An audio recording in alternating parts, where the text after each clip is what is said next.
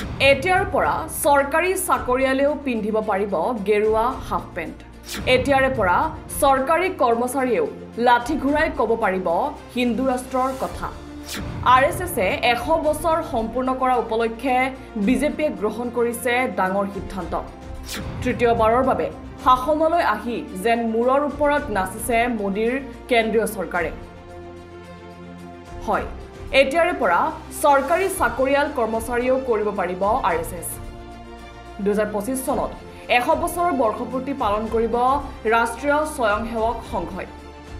তাৰ আগতেই চৰকাৰী চাকৰিয়ালে RSS কৰাৰ ক্ষেত্ৰত থকা নিষেধাজ্ঞা উঠাই ল'লে মোদীৰ কেন্দ্ৰ চৰকাৰে।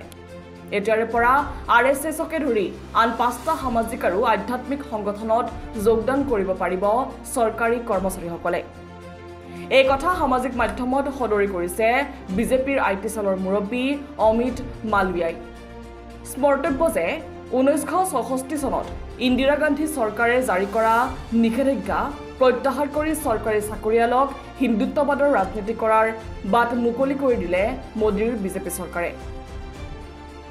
বহু আপত্তিজনক কামত লিপ্ত থকাৰ অভিযোগ থকাৰ বাবে ইন্দিৰা গান্ধীৰ দিনত চৰকাৰী কৰ্মচাৰীৰ বাবে নিষিদ্ধ কৰা হৈছিল RSS তথা ৰাষ্ট্ৰীয় স্বয়ংসেৱক সংঘ।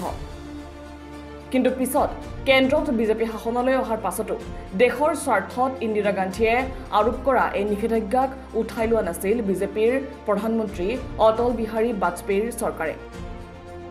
নিষেধাজ্ঞাৰ বাবে চৰকাৰী কৰ্মচাৰীয়ে ইচ্ছা কৰিলেও সদস্য হ'ব পৰা নাছিল এই অতি হিন্দু জাতীয়তাবাদী সংগঠনৰ,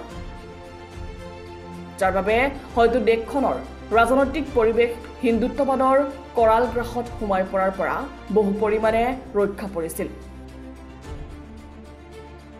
কিন্তু এতিয়া যেন হিন্দুত্ববাদৰ বজাৰ মুকলি কৰি দিলে মোদীৰ বিজেপি চৰকাৰে। News desk report, the opinion.